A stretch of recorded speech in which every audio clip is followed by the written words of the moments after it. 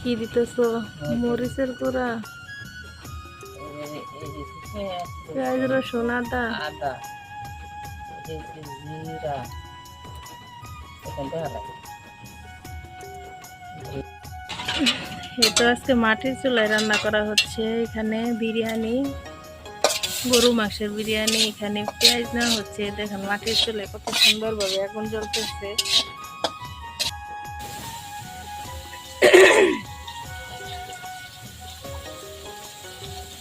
পেঁয়াজ আর তেল কিছুক্ষণ ভেজে নেওয়া হবে বেরেস্তার মতো করে, তারপর কিন্তু চাউল ভেজে নেওয়া হবে।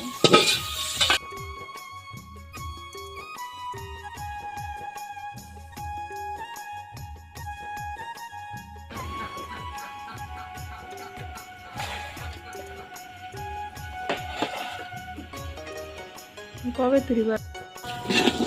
এই যে দেখেন চাউল ভাজা হয়ে গেছে, একদম লাল হয়ে গেছে কিন্তু চাউল, আর একদম জোরজোড়া হয়ে গেছে। তো এবার ইয়া করে বিরিয়ানি কাজ করে।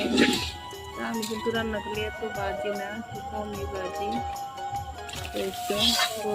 দেওয়া হচ্ছে এইভাবে কিন্তু আসলে রান্না করে, এক একজন এক এক স্টাইলে রান্না করে।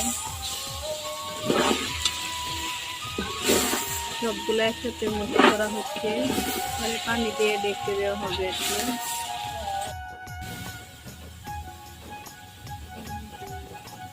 চলো না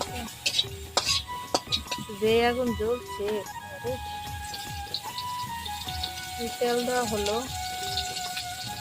এখন পেঁয়াজ গুলা কিছুক্ষণ ভেজে নেওয়া হবে, যতক্ষণ পর্যন্ত লাল না হয় ততক্ষণ পর্যন্ত। দেখেন মাটির চুলা কত সুন্দরভাবে আগুন জ্বলতেছে। যে মাংস যে ছিল এগুলো দেওয়া হলো, এখন ভালোভাবে কষানো হবে।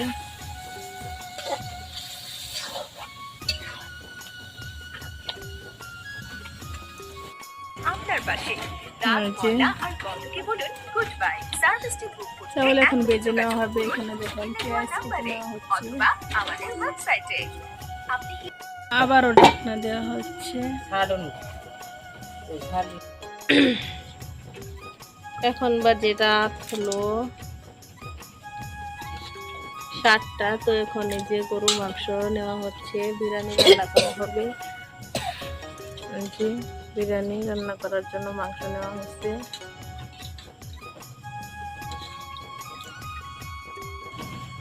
হলুদের গুঁড়া আর ধনিয়ার গুঁড়া সবটি একসাথে ম্যারিনেট করা হবে, কিছুক্ষণ রেখে দেওয়া হবে আর কি।